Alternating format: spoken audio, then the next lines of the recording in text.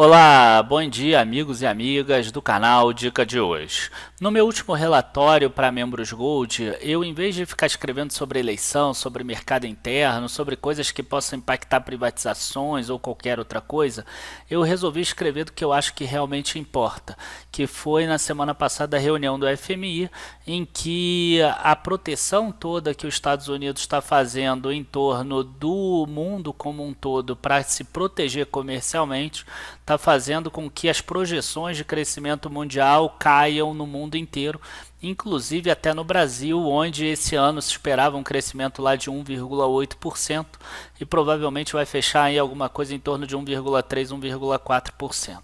Tá? Isso é geral, tá? No mundo inteiro a gente está vendo essas projeções de crescimento caírem e isso pode impactar muito o Brasil, porque a gente vai ver nesse vídeo de hoje que o Brasil é um país que está muito mais aberto hoje ao mercado externo.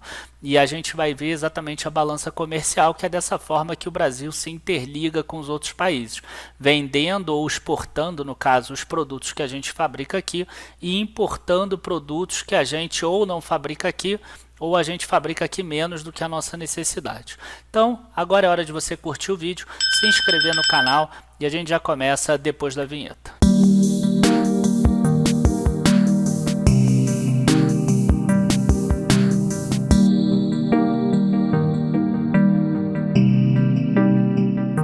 Bom, para a gente analisar aqui a balança comercial, eu acho que é importante a gente analisar ela como uma parte do PIB. O PIB ele pode ser visto com duas óticas. A gente tem a ótica da oferta e a gente tem a ótica da demanda. Pela ótica da demanda, a gente tem consumo das famílias, gasto do governo, formação bruta de capital fixo, que nada mais é do que investimentos que as empresas fazem para que elas possam vender mais no futuro. E, finalmente, a balança comercial, exportações menos importações. Então, quando a gente tira aqui os dados das contas nacionais trimestrais do próprio governo, a gente vê que, por exemplo, aqui em 1995, a gente tinha 53 bilhões de exportação, 66 bilhões de importação, para um PIB de 705 bilhões de reais. A gente tinha aqui um déficit comercial, nesse caso, né, aqui do lado eu até coloco ó, de 1,93%, e agora a gente tem aqui em 2017 6 trilhões 559 bilhões de PIB, 824 bilhões de exportação, 757 bilhões de importação e ali um saldo superávit comercial de 1,02%. Só que isso eu acho que vocês já devem ter visto aí em livros e qualquer outra coisa. O que eu quero trazer para vocês aqui é uma visão um pouco mais diferente. É o de quanto o Brasil se abriu para o mundo, principalmente ali depois do Plano Real, na década de 90. E como isso impactou naquele mercado de alta da Bolsa lá atrás de 2003 a 2007. Então, se você olhar aqui, você vai ver que a exportação brasileira para outros países até 1999 era algo em torno aqui de 7% mais ou menos. E o Brasil tinha um déficit comercial constante aqui, porque as importações eram 9%. E aí o Brasil começou a se industrializar um pouco, começou a ter uma relação comercial melhor, tiveram acordos aí com relação ao Mercosul, tiveram outras questões importantes e o Brasil aumentou muito a exportação dele, ainda mais aproveitando a alta da moeda, que foi ali até 2002, né, que o dólar chegou a bater R$ 3,99. Então a gente tem aqui o primeiro superávit comercial do Brasil depois de muito tempo, se não for o primeiro da história, aqui no final de 2002 e início de 2003. Nesse ponto aqui, a gente vê que o Brasil ele exportava mais do que 15% das riquezas produzidas no Brasil. Então, quer dizer, mais de 15% do PIB era exportado.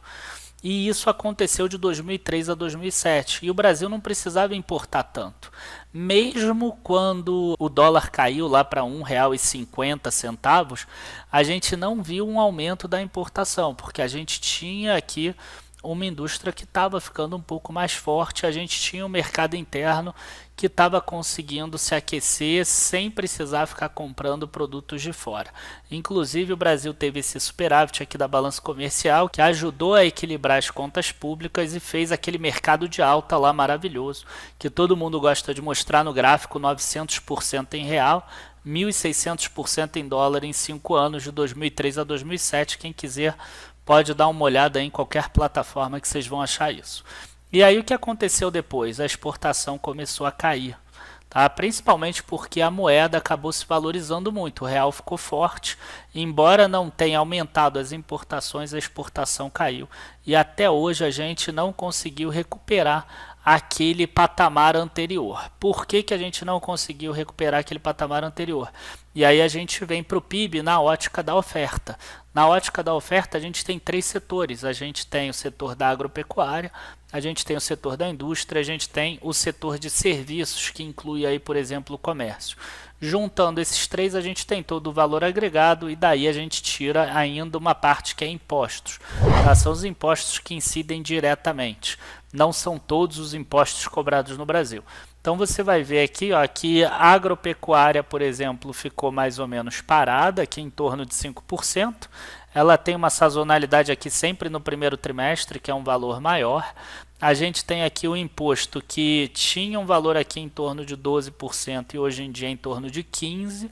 A gente já vê aí que aumentou um pouco, mas isso inclusive estava alto lá no mercado de alta.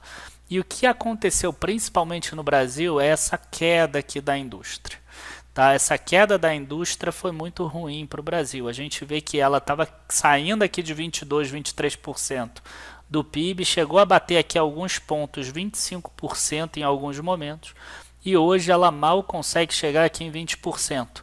Já tem aí uns 12, 13 ou até 14 trimestres seguidos que ela não consegue chegar nem a 20% do PIB, e exatamente isso está trazendo problemas para o Brasil. Por quê? Porque a gente vê que o Brasil está precisando importar produtos industrializados. O próprio empresário ele não tem confiança para investir no Brasil, e enquanto isso a gente tem várias indústrias com capacidade ociosa também. Quer dizer, a gente tem, por exemplo, a Grendene, ela tem uma capacidade de 250 milhões de pares de sapatos e no último ano ela vendeu 172 milhões. Tá? Então a gente ainda tem essa questão, a gente ainda tem uma ociosidade, poucos investimentos exatamente nisso. E a gente consegue ver esses produtos que o Brasil exporta exatamente aqui, ó. Quais são os produtos que o Brasil exporta hoje principais? Ó, soja, óleos brutos de petróleo, e esses dois aqui são impressionantes porque em 9 meses eles já passaram todo o resultado de 2017, inclusive depois de altas fortes de 2016 para 2017, e todos esses valores aqui em dólar, né? Então quer dizer, apesar de ter tido o aumento aí do real frente ao dólar, a gente vê aqui um crescimento forte. Depois a gente tem aqui minério de ferro e seus concentrados, a gente ainda tem aqui celulose, que não é um bem exatamente primário, já é um bem intermediário. A gente tem milho, carne, e aqui a gente chega no primeiro item, que é um item industrializado, que é exatamente o automóvel de passageiros, 4 bilhões 206 milhões, que teve uma queda já em relação ao ano passado, provavelmente não vai fechar no mesmo valor, principalmente por causa da Argentina. Tá? E a gente vê, por exemplo, aviões aqui, ó, que já chegou a ser, ó, 4 bilhões e 200, ó, caiu para 3.500, 2.400. Então, quer dizer, o Brasil está começando a exportar cada vez mais de novo produtos simples, produtos primários e etc. E está começando a importar esses produtos aqui, ó. São exatamente os demais produtos manufaturados, plataformas de perfuração ou de exploração de dragas, medicamentos para medicina, partes e peças para veículos, automóveis e tratores, óleos, combustíveis, e aqui é o primeiro primário, né? Óleos brutos de petróleo. Próprio automóveis de passageiros, o Brasil exporta 4 bilhões e 200, mas importa 3 bilhões e 300 milhões. Então a gente vê que o Brasil volta àquela origem dele, em que ele tinha que importar os produtos industrializados e exportar exatamente a matéria-prima. Então o que a gente tem aqui para falar? A gente tem que o Brasil está importando esses produtos industrializados, e ele está exportando produtos primários. A gente consegue ver exatamente quanto o Brasil está importando de produto, que significa possibilidade de uma produção maior no futuro. Esses são exatamente os bens de capital, são aquelas máquinas, equipamentos que as indústrias acabam comprando para conseguir aumentar a produção dela. E quando a gente vem aqui no bens de capital que o Brasil está importando, a gente vê que teve um crescimento muito forte aqui em 2018, o que já mostra uma possibilidade aí de retomada da nossa indústria, mas a gente vê que ela ficou aqui em um patamar muito baixo em 2017. Inclusive de 2003 a 2007, a gente vê que com o aumento da indústria brasileira, teve uma importação menor de bens de capital, porque tinha produtos que eram produzidos aqui mesmo e que serviam para as próprias indústrias aumentarem a própria produção delas.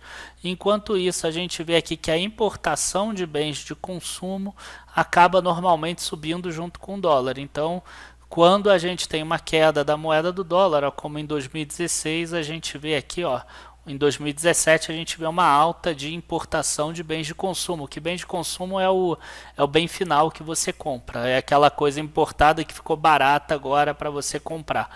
Tá? E a gente vê aqui que 2006, 2007 também teve uma importação aqui maior. Naquele início do plano real na paridade 1 para 1 também teve um aumento, depois da maxi desvalorização cambial teve uma queda muito forte. Eu acho que quem é mais antigo aí deve lembrar que fecharam todas aquelas lojas de importados de R$ 1,99. Enfim, aí a gente vem aqui para exportação agora. E na exportação, o que o Brasil está exportando para o mundo?